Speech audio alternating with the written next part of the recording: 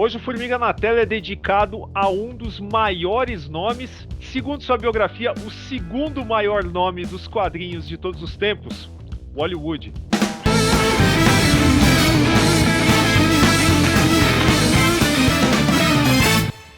Bom, cara, o Wally Wood ele foi representante de uma geração dourada de artistas ali estadunidenses, né? Ele teve no olho do furacão daquele pessoal em Nova York. A gente pode até dar uma mini biografia do cara, dizer, ele nasceu ali em 27, ele nasceu em Minnesota, interiorzão, bem roça mesmo, dos Estados Unidos. O lance de desenhista veio para ele quase que como uma vocação, né? Não tanto uma inspiração. Embora a gente saiba que ele tenha sido muito influenciado por aqueles quadrinistas de aventura que, curiosamente, né, ali na virada dos anos 20 para os 30, logo quando ele era criança, é que desperta essa coisa do quadrinho e das tiras de aventura com caras tipo o Hal Foster, o Raymond, o Crane e tudo mais. O Bernie Hogarth, inclusive, também, que é uma figura basilar nessa formação. Exato, bem lembrado. Então, assim, são caras que inspiraram o Wood e que enviesaram aquilo que ele gostaria de ser posteriormente como um quadrinista.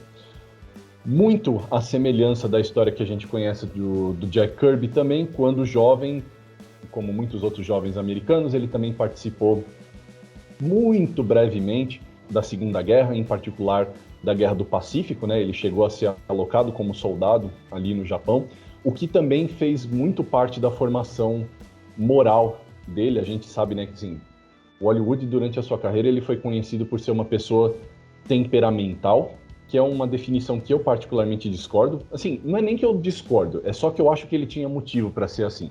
E a gente vai conversar sobre isso durante o programa. E essa experiência de guerra não só inspirou ele em diversos dos quadrinhos que ele participou, mas inclusive dos trabalhos dele como editor para públicos para os quais ele fez quadrinhos, que eram, por exemplo, soldados americanos, outra coisa que a gente vai mencionar lá para frente. Então, assim, o que a gente pode dizer da formação do Wood antes dele se firmar como quadrinista é isso, cara. É uma trajetória que parece até uma balada americana. Aquele rapaz que sai do interior com sonhos de ser um artista, vai para a cidade grande, participa da guerra, volta com talvez sequelas emocionais e uma outra personalidade, até que ele encontra colegas artistas que o encaminham para realizar o sonho da profissão, mas o sonho logo se revela uma realidade de muitas formas amargas, né? Então, assim, entrando na parte da carreira de quadrinista propriamente dita, a gente tem algumas pessoas para apontar a culpa do Wally Wood ter se tornado quadrinista. Entre as principais dela, e aí já passando a bola para não ficar fazendo um monólogo aqui, deixar para o Daniel continuar, 3 delas, o John Severin, o Will Eisner e ninguém menos do que Harvey Kurtzman. Exato. Eu pularia direto aí para essa duplinha, né, Harvey Kurtzman e Wally Wood, porque quem acompanha o canal já me ouviu falar do Kurtzman aqui, né? O Rafael discorda de mim, né? Porque eu vejo, às vezes, ele citar o Kurtzman assim, muito en passant, né? Eu acho que é um nome dos quadrinhos americanos, assim, que merece muito mais comentários, muito mais estudos sobre sua pessoa, mas isso fica para um outro programa. O que eu acho que é assim, cara, você pegar um recorte de Era de Ouro, sabe, aquele pessoal produzindo, sabe, aquele comecinho de indústria e tal, naquela semi-escravidão e o caramba, eu acho que todas as histórias, de uma forma ou de outra, elas se parecem, né, você não tem tantas coisas se destacando ali. Você tem grandes criações, é claro, que se desenvolveram depois, mas eu acho que todo mundo ali estava trabalhando num esquema muito parecido e com muito pouca liberdade, né, e eu acho que isso, cara, eu acho que a gente consegue ver pontos fora da curva nessa indústria, a partir, é claro, de algo que a gente bate nessa tecla pra caramba, porque alguém aí vai pensar assim, puta, de novo os caras estão falando disso? Sim, EC Comics, não tem jeito, cara, não tem jeito. E por que eu falo isso? Por que o Wood, ele se destaca muito nesse rolê? Porque quando você chega ali em 47, que você tem realmente esse estouro da EC, você tem caras que fazem coisas assim muito diferentes debaixo do mesmo guarda-chuva. Diferente de outros estúdios, por exemplo, você pega um estúdio Victor Fox da vida e o caramba, o cara ficava ali fazendo a mesma coisa, sem muita liberdade para se desenvolver, para fazer, sabe, para experimentar, para desenhar em outros estilos, que é uma coisa que a gente já comentou aqui, até em podcast também, né? Que até hoje a indústria de quadrinhos norte-americana, sabe, para grandes estrelas, ela carimba o estilo do cara e o cara só vai fazer aquilo até morrer. Se ele tentar fazer uma coisa diferente, fudeu, né? Os próprios fãs criam esse cabresto pro cara. E aí será muito diferente, né? Você pode citar, sabe, caras fantásticos que passaram ali. Agora, o Hollywood realmente é o cara que mais foi além, né? Porque era o cara que conseguia diferenciar seu traço mais sério, mais classudo, mais classicão mesmo, conforme a formação aí que a gente citou aí, Hal Foster, Bernie Hogarth e etc., e passar para um negócio assim abertamente cartunesco, sabe, da forma mais elástica, da forma mais engraçada que isso poderia ser. E eu sou um grande fã dessa fase do Hollywood, até por isso eu tenho aqui essas coletâneas da Mad clássica, que tem várias histórias aqui do Hollywood só fazendo graça mesmo, né? Obviamente que não tem histórias sérias, né? Mas a gente tem aqui coisas muito legais. Paralelo a isso, o cara também fez histórias de guerra, fez histórias mais sérias na EC e tal. E o próprio Kurtzman dizia, cara, que o Hollywood ele trazia dentro de si, né? Depois, né, a gente foi saber sobre problemas de saúde que o cara teve e etc. Mas o cara trazia dentro de si uma fúria, né? Que se traduzia em criatividade e em imagem, né? O cara conseguiu, sabe, pô. Pipoca lançou o Canon, né? Até relançou, né? De tanto que vendeu a primeira tiragem e tal. Que também é um grande recorte dessa carreira. Mas o público brasileiro ele precisa ver esse lado mais cômico do Hollywood, e tá na hora de alguém lançar uma coletânea dessa da Mad clássica, cara. A gente também falou aqui, acho que no programa do Miracle Man, sobre o Super Duper Man, que foi a primeira grande sátira, a primeira grande desconstrução do Superman, que de ninguém menos que Harvey Kurtzman e o Hollywood, né? Que fez a cabeça até do próprio Alan Moore, no caso. Parece difícil a gente abarcar todo o talento, toda a importância do Hollywood. A gente vai falar de novo o legado dele para criadores também, mas eu acho que ele só não tem uma biografia aqui, ou algum filme sobre sua vida, cara. Quer dizer, biografia ele tem, ela só não foi lançada no Brasil. Mas ele só não tem um trabalho ficcional assim sobre essa pessoa, porque a profissão de quadrinista não é tão glamourizada, né? Mas merece e conforme o programa avança, a gente vai justificar essa filmação.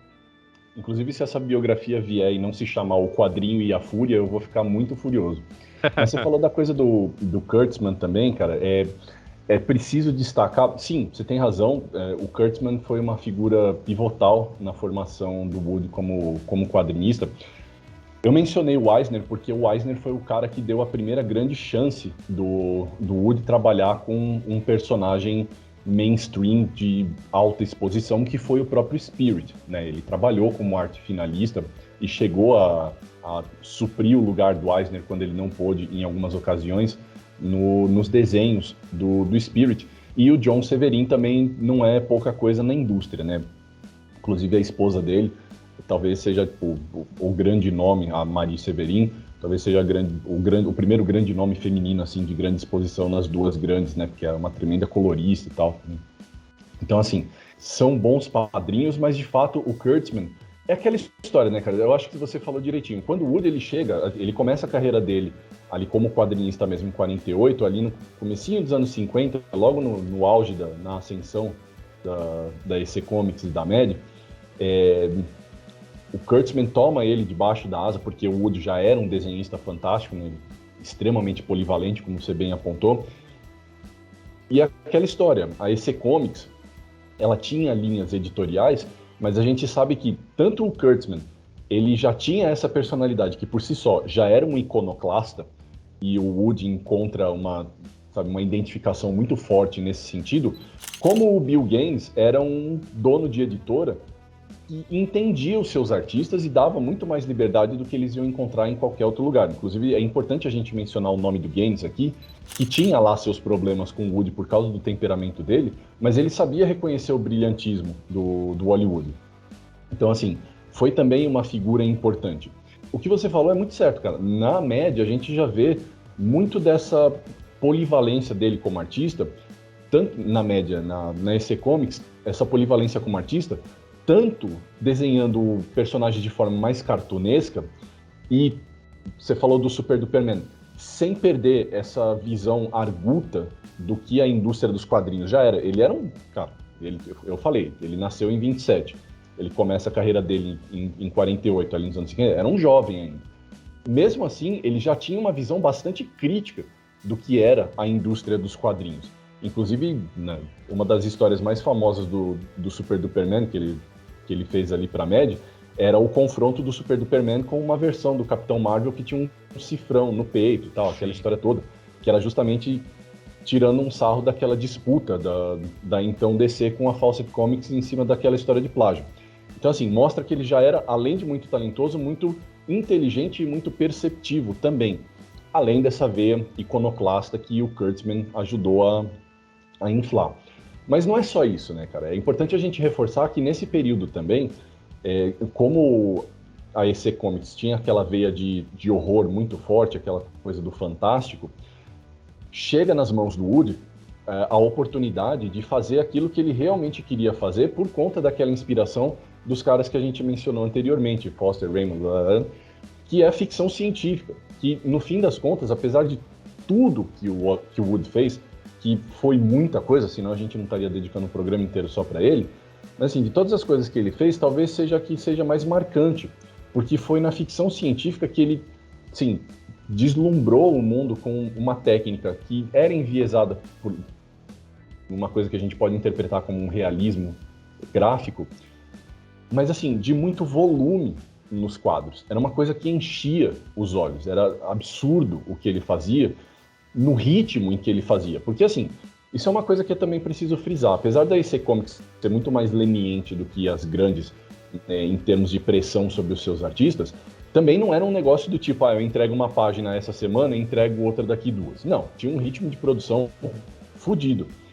E mesmo nesse ritmo de produção, você vê assim, a qualidade e o hiperdetalhismo nas coisas que o cara apresentava, você fala, de onde esse cara tirava tempo para fazer isso? Claro que a gente posteriormente veio a saber que ele tirava tempo do café, do álcool, das anfetaminas e tudo mais, que era o que o mantinha tanto a sua fúria quanto o seu talento, mas assim, ele produzia. E dessa produção nasceram 2 dos títulos. Assim, a gente já falou da Mad, que é um dos títulos de humor mais importantes das histórias dos quadrinhos, mas também pelas mãos do Wood saíram 2 dos títulos mais importantes de ficção científica da história dos quadrinhos, que era a Weird Science e a Weird Fantasy, né? Que inclusive depois viraram uma coisa só. Sim, inclusive essa questão do volume, o detalhamento que o Hollywood trouxe para os quadrinhos, cara, e não é exagero a gente falar que, sabe, todo mundo começou a tentar fazer coisas parecidas. Inclusive na Mad, depois que virou revista Magazine, né, depois do escândalo lá, do Verhan lá, e o Comics Code. O Comics Code, exatamente. Depois que ela virou Magazine, cara, as sátiras de filmes, né, que ficaram lá, Mort Drucker, Ângelo Torres e por aí vai, os outros caras que pegaram para fazer esses trabalhos aí, elas seguiam essa mesma linha, né, de encher, sabe, de informação cada quadro, né, que acabou fazendo a cabeça, sabe, de uma geração enorme de comediantes que vieram depois, os próprios irmãos Zucker, né, mas aqui a gente já tá, tipo, desviando demais. Exatamente por isso, cara, que assim, os últimos anos nós temos visto aparecer assim muitas coletâneas assim com esse recorte, né, a ficção científica de Hollywood e tal, até porque essa é uma constatação triste, né, tá difícil, né, que alguém, tipo, mesmo lá fora lance coleções longas, né, então a solução é lançar esses recortes por artista,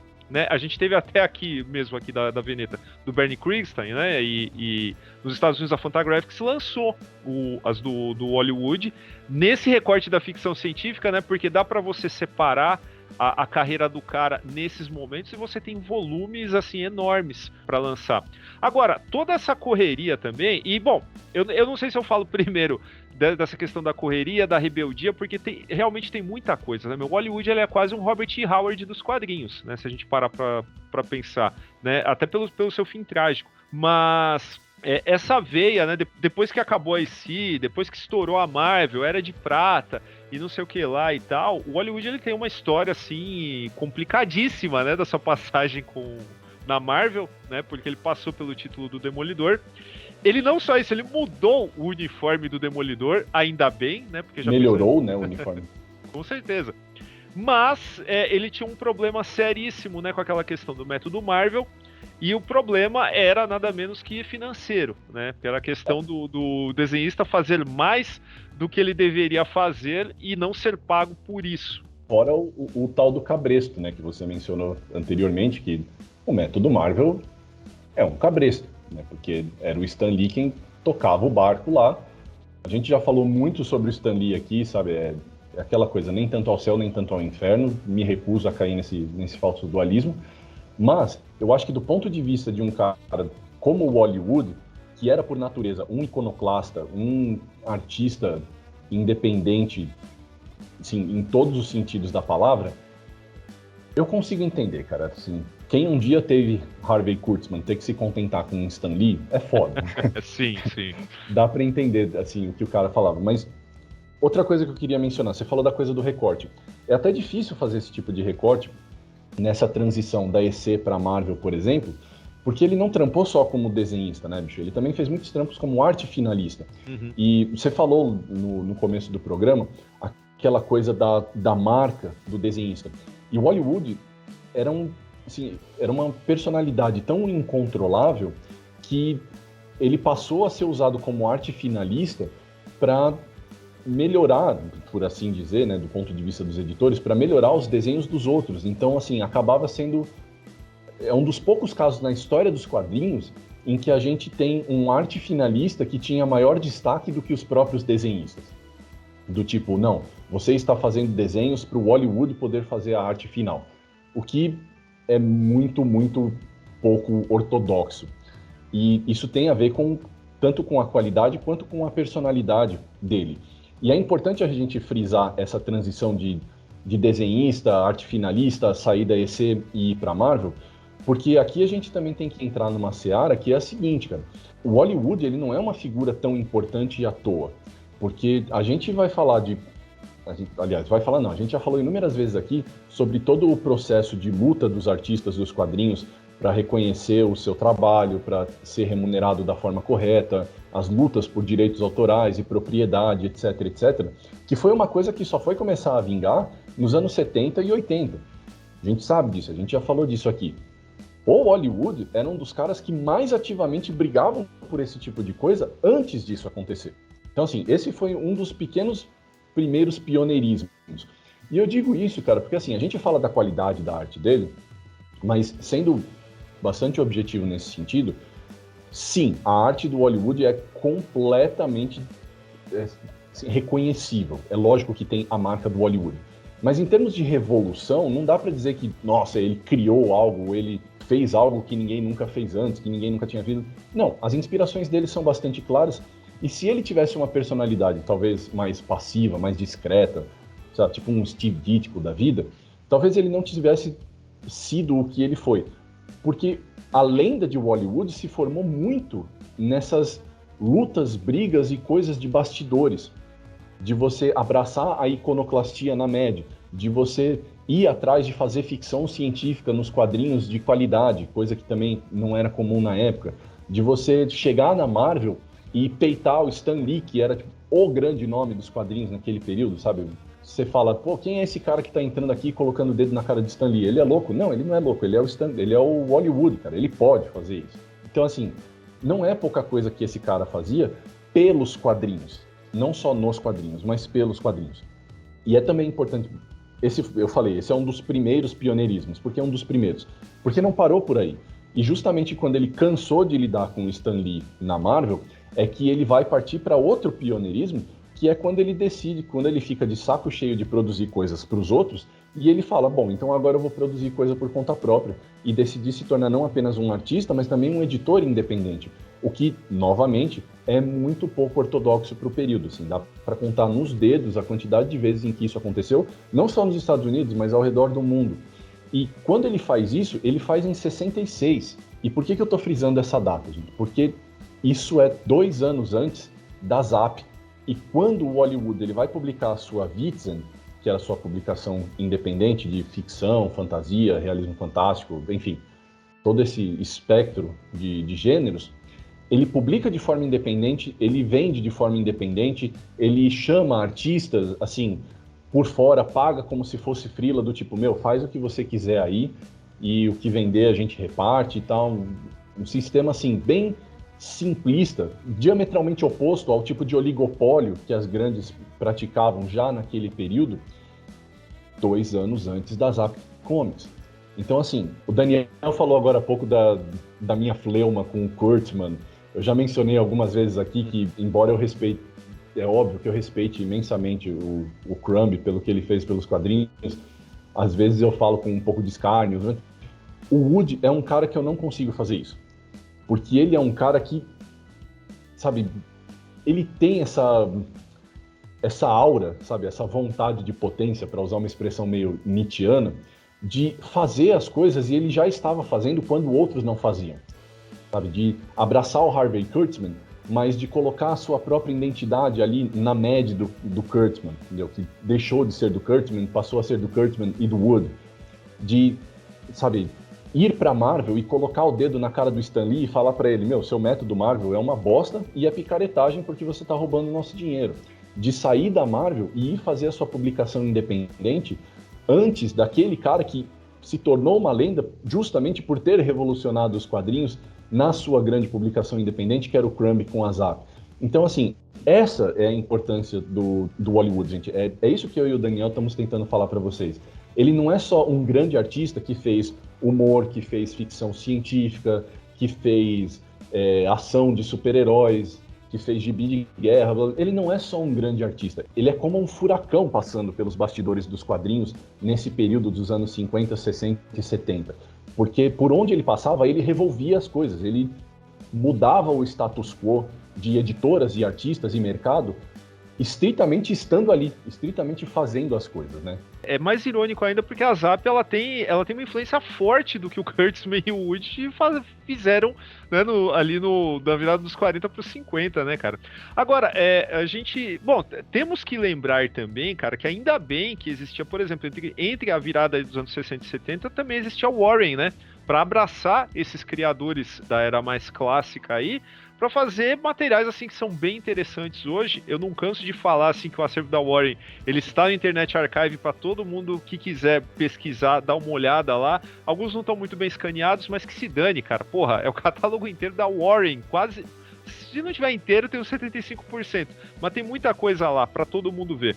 Agora, existe também, antes da gente falar, né, da virada dos 70 para 80, né, tem que falar, talvez atropelando um pouco aqui, mas tem que falar do legado do Wood também para criadores de quadrinhos, não só para o público, mas para os criadores também, e além dessa questão da luta por direitos também, porque ele conseguiu sistematizar de uma forma muito simples, né, a arte de se fazer quadrinhos, né, naquela rapidez que era necessária nessa indústria tão lazarenta, né, que melhorou muito, né, mas naquela época continuava lazarenta, né? Que são os tais 22 quadros que sempre funcionam, né? Que o Larry Hama acabou organizando isso como uma cartilha para criadores e que serve até hoje, cara. Serve até hoje. A gente tem aí eu falo regra, mas não é uma regra assim, sabe? Que você não pode nunca fazer diferente que isso. Não é isso. Mas existem certas regras aí, principalmente em páginas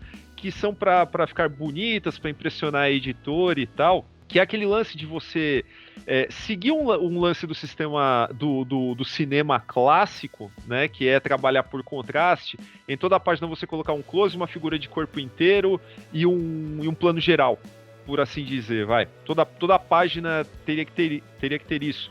Né? E os 22 quadros do Hollywood é esse conceito, mas colocado assim de uma forma muito mais didática e muito mais ampla para todo mundo pesquisar isso hoje. E isso é tão funcional que eu, antes de gravar aqui o programa, eu tava pesquisando sobre isso na internet e eu encontrei um vídeo em que as pessoas pegaram esses planos do Hollywood e exemplificaram no audiovisual. E funciona também, que é uma maravilha. Isso tá animado, ele vai mostrando quadro por quadro, assim como depois dá assim, congela a imagem, fica um estilo e tal. Meu, é um negócio, é um trabalho muito bacana, assim. Tem até aqui impresso, pra você ter uma ideia, cara. A gente acabou de dar uma dimensão muito maior pro cara, né? Pra quem não sabia dos 22 quadros aí que sempre funcionam e tal, agora acabamos de dar uma dimensão muito maior do que foi o Hollywood pra essa indústria, né? Quando a gente fala ali do Larry Hama, ele pega essa técnica dos 22 quadros e ela mostra, fala, gente, essa é a maneira como o Hollywood fez seus quadrinhos. Assim, soa até como uma certa ironia que algo tão simples tenha produzido coisas com tanto impacto. Porque, assim, conforme o Gustavo já colocou aí na tela e já mostrou pra gente, é uma técnica relativamente simples. Quando você... É aquela história, né? Tudo que é muito revolucionário, normalmente também é muito simples. É aquele tipo de ideia que você fala, puta, como é que eu não percebi isso antes? O Hollywood percebeu e ele transmitiu isso pros quadrinistas, gerações que duram, sim, não só de artistas de quadrinhos, mas também de fãs de quadrinhos, como eu e o Daniel, de entender como essa arte funciona. Para que ela pode ser usada não só num sentido semiótico, mas também político, também social, também econômico. Assim, isso é Hollywood, gente. Essa é a importância desse cara. Tal qual as lendas, né, da música, ele também se despede de um jeito assim mega bombástico, né, com 54 anos, né, lembrando assim que haviam problemas crônicos de saúde aí envolvidos, tal, mas com 54 anos ele se mata, né. Felizmente deu tempo dele deixar tudo isso aqui para nós, né? Inclusive um trabalho aí, o derradeiro, né? Que é o Wizard King, né? Que é uma trilogia. Poderia muito bem sair no Brasil também, mas acredito que isso não demore muito, né? Não sei, cara. Porque não terminou, né? Então fica esse negócio de... É triste a gente não ter uma conclusão, porque a gente teria uma imersão maior na visão do Wood para alta fantasia, que era uma coisa que ele praticamente não mexeu. É uma das pouquíssimas coisas, né? Tudo que a gente falou, é uma das pouquíssimas coisas que ele praticamente não mexeu durante a sua carreira. Se for publicado, eu acho mais do que bem-vindo como uma curiosidade sobre a carreira desse cara. Mas assim, eu particularmente, conversando contigo, se for para publicar coisas do Hollywood, tem um caminhão de coisas, né? Até essas publicações do Pipoca, o Canon, dá para entender porque é um material até representativo do que ele fez durante a sua carreira. O Sky Masters é muito mais pela associação com o Kirby do que exatamente por ser o melhor que ele produziu em ficção científica, porque não é o melhor que ele produziu em ficção científica. Estava lá na Weird Science, na Weird Fantasy. Mas assim, a gente tem muita coisa para ver dele sendo publicado. E aí, inclusive, endosso o que você falou agora há pouco no programa, de ter essas publicações por recorte, mas assim, publicações abrangentes, né, e com estofo, não só do material, mas também de comentário, de crítica, de texto, para a gente entender a importância dele. Então, assim, para um artista que é tão importante, apesar dos esforços de uma editora como o Pipoca, que são mais do que bem-vindos de fazer a galera conhecer esse cara, o Hollywood, por incrível que pareça, entre muitos outros artistas que estão chegando aqui, dada a sua influência num dos maiores centros de quadrinhos do mundo, né, o estadunidense, ainda permanece para o Brasil como um artista estranhamente subestimado, desconhecido. Falta lançar, por exemplo, o Will Eisner já tem sua biografia lançada no Brasil. Falta do Hollywood. E aí de muitos outros, né? Mas fosse pra sair uma outra biografia de quadrinista aqui no Brasil, cara, eu gostaria que fosse do Hollywood. Eu endosso esse pedido. Então é isso, pessoal. Por favor, larga aquele like aí no vídeo, se inscreve no canal se ainda não é seguidor aí, não esquece de ativar o sininho para ser notificado a cada novo vídeo. Esse foi o Formiga na Tela sobre o grande Hollywood. Tá? Comenta aí, fala aí o que você acha, o que você acha do trabalho do Woody, o que você achou do nosso papo aqui. Procura a gente nas redes sociais também, Facebook, Twitter, Instagram, onde é @formiga.elétrica. Formiga Elétrica também tem uma campanha de financiamento coletivo, que é apoia.se/Formiga Elétrica. Dá uma olhada lá, vê se você quer ajudar a gente a aumentar nosso conteúdo, expandir nossa qualidade técnica e além. E é isso, a gente fica por aqui, até quarta que vem. Falou!